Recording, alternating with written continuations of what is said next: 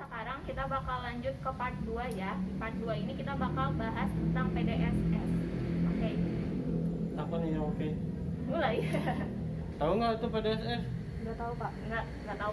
Kita lanjut dulu. PDSS, jadi tahapan betul. Tadi sudah kita bahas tentang akun LTMPT. Mungkin mudah-mudahan ada yang belum paham. Kalau belum paham nanti bisa lanjut bertanya ya. Berikutnya mengenai PDSS. PDSS itu apa sih? Nah, PDSS ada singkatannya.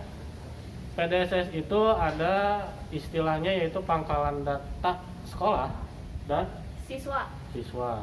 Isinya apa aja? Nah, isinya pertama itu mengenai informasi data sekolah. Data sekolah itu mulai nama sekolah, ada MPSN, ada alamat sekolah kita, ada nama kepala sekolah yang bertanggung jawab penuhnya. Kemudian untuk tahun sekarang ada perbedaan dibandingkan dengan tahun yang kemarin. Tadi sudah ada penyampaian informasinya. Di dalamnya itu ada mengenai kuota tiap perjurusannya.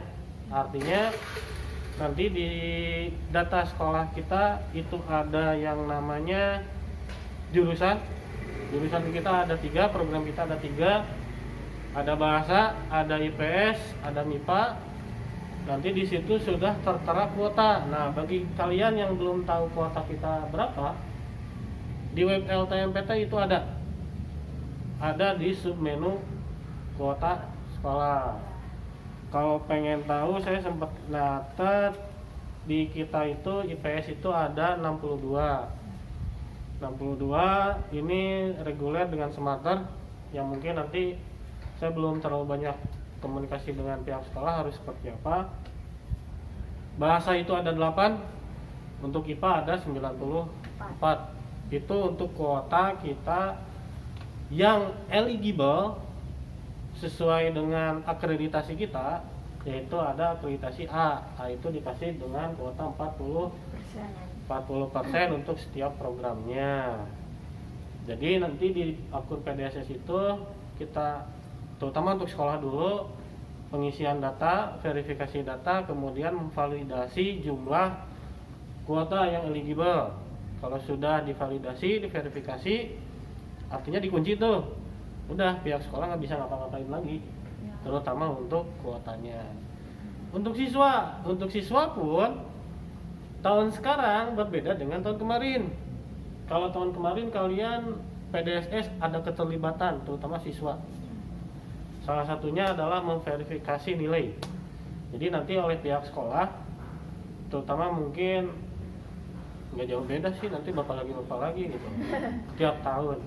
Jadi nanti saya akan coba bantu pihak sekolah untuk mengupload nilainya, nilai yang siapa saja yang eligible, karena tahapannya berbeda dibanding tahun kemarin. Jadi kalian untuk tahun sekarang PDSS nggak ada keterlibatan.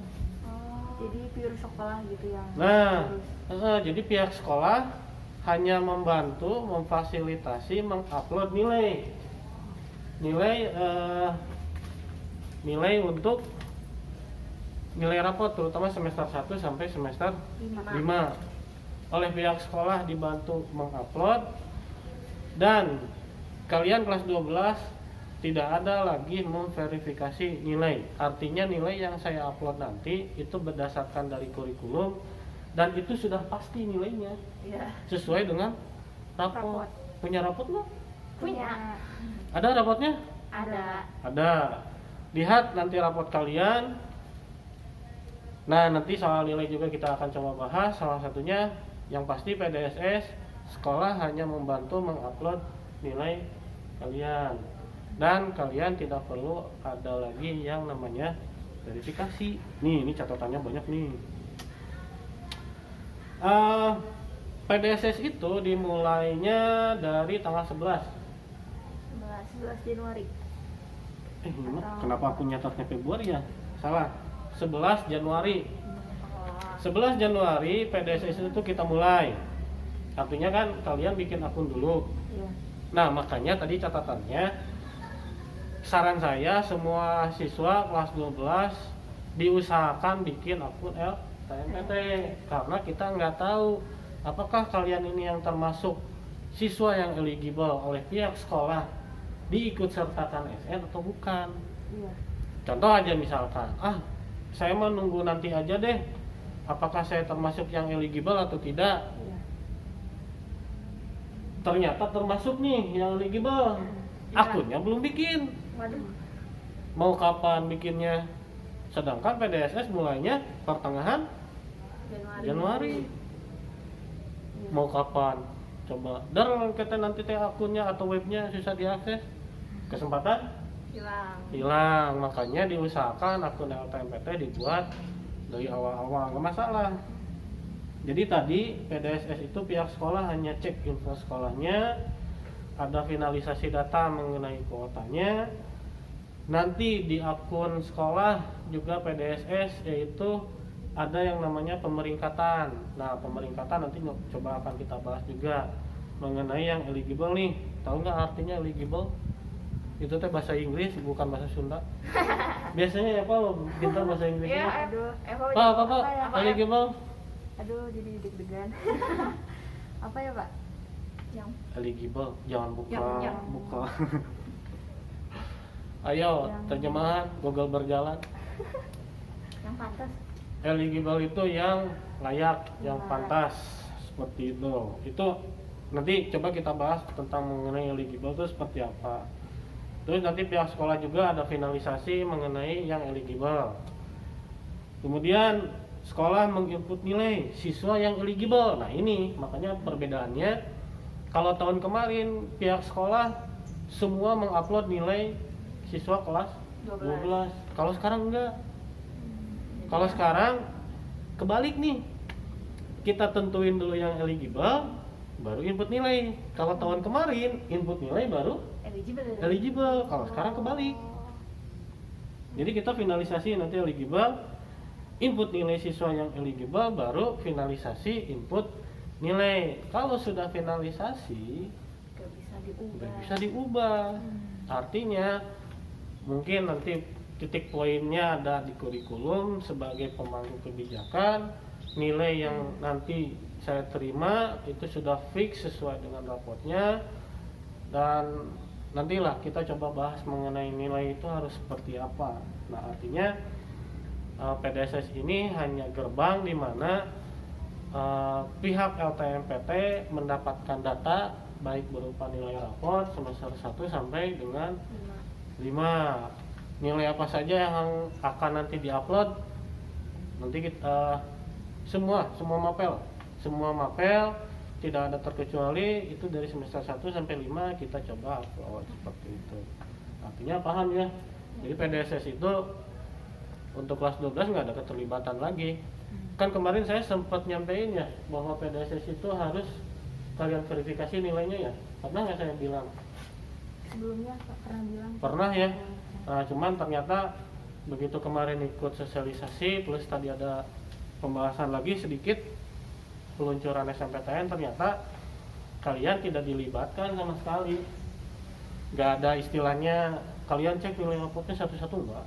Jadi fix bahwa PDSS itu hanya pihak sekolah yang, katakan sekali lagi, pihak sekolah hanya membantu menginputkan atau katakan mengupload nilai raport dari semester 1 sampai 5 bagi siswa yang eligible. Eligible apa? Yang pantas. Jadi PDSS nggak terlalu banyak yang dibahas. Mungkin nanti ada pembahasan berikutnya. Ada yang mau ditanyain nggak PDSS? Apalagi F. Ngerti nggak PDSS F, Pak? Jelas, Pak. Jadi sekarang nggak blank ya soal PDSS? Ya. Kamu blank nggak? Enggak. Udah tahu sebelumnya? Belum. Kalian juga mungkin nanti masih banyak pertanyaan, walaupun misalkan nanti ada pertanyaan nanti bisa kita bahas lewat diskusi aja, ada di grup ya.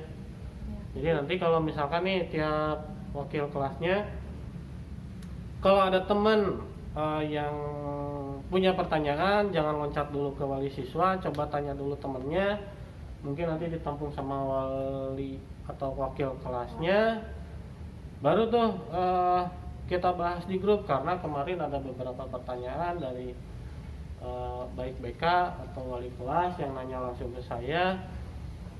Sengaja kita buat seperti ini biar ada penjelasannya lebih jauh lagi seperti itu. Nanti akan ada pertanyaan yang coba nanti kita bahas lah seperti itu. Oke. Jelas ya untuk PDSS. Jelas. Apa itu PDSS?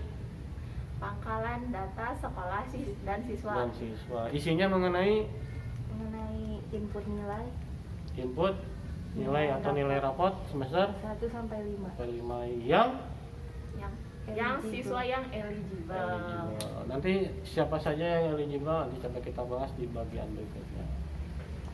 Oke teman-teman, jadi itu ya buat part 2-nya. Kita udah bahas tentang PDSS. Jadi diingat lagi, kalau yang diinput sama sekolah itu cuman siswa-siswa yang eligible aja. Jadi nggak semua kelas 12.